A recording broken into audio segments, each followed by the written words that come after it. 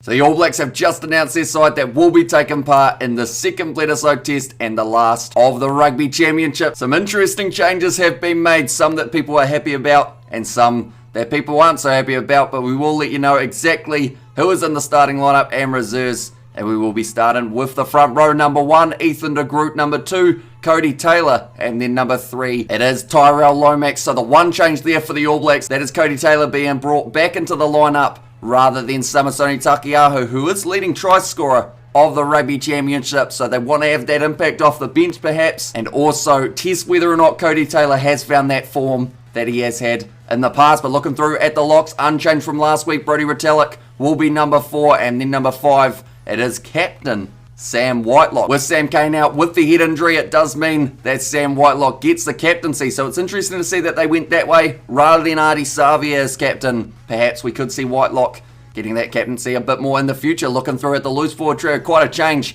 from what we saw last week. Number 6, Akira Ioane. Number 7, Dalton Papali'i. And then number 8, it is the return of Ardie Savea. Now Savea, he didn't travel to Australia. Akira Ioane and Papali'i did. We did see Papali'i coming off the bench in that first BLEDISLOE Cup match. But yeah, Akira Ioane at 6, Papali'i 7, and Savea at number 8. Combination that a lot of people have been wanting to see in quite some time. So no Scott Barrett in the starting lineup or reserves for this week. Now we look through at the back line, quite a few changes here for the ABs. Number 9, they have stuck with Aaron Smith, and number 10, it will be Richie Mo'unga, who I believe will have kicking responsibilities for this contest as long as they aren't 60 metres out, of course. Then there is one man in the side who they normally go to, and he is still in the side, just in a different position to where we normally see him. Number 11, sticking with him, it is Caleb Clark. Did have a lot of running metres in the last match up against the Wallabies. Has been looking dangerous since making his way back into the All Blacks side, so he gets to keep his left wing spot. In the centres,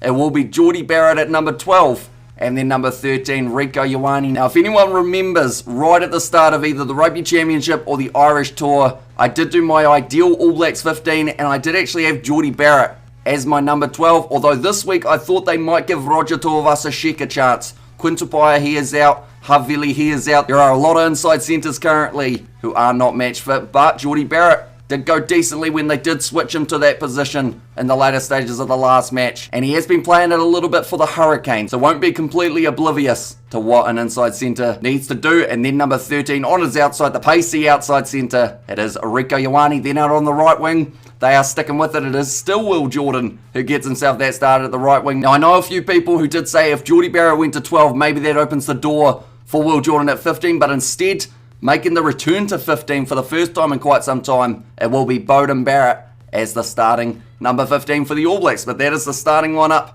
Now we look through the reserves, and they are going to be as follows. Number 16, Samisoni Taukei'aho. Number 17, it is Ofa Tu'ungafasi. And then number 18, Nepo Lolala. So a completely changed reserve front row for the ABs. Last week it was Dane Coles, George Bower, and Fletcher Newell. Now instead, 2 Blues players returning with Tu'ungafasi and Nepo Lolala, and then also the informed Taukei'aho. Looking through at the rest of the replacement forwards, number 19, it is Tupavai, a player we haven't seen too much of as of late, but makes his way back onto the bench. And then number 20, it will be a man who started at number 8 last week. That is Hoskins Sotutu. Looking through at the back replacements, number 21, Finley Christie. Number 22, Roger Tuivasa-Sheck. So he's been playing a little bit of Bunnings NPC, getting some more minutes under his belt, and now will get the opportunity off the bench for the All Blacks. I just hope they give him more minutes than they did in the Irish Tour, as he did not get much of a chance at all to show off his skills at international level. And then number 23 to close out the All Blacks side, it is going to be Sevu Reece. So he also makes his way back into the team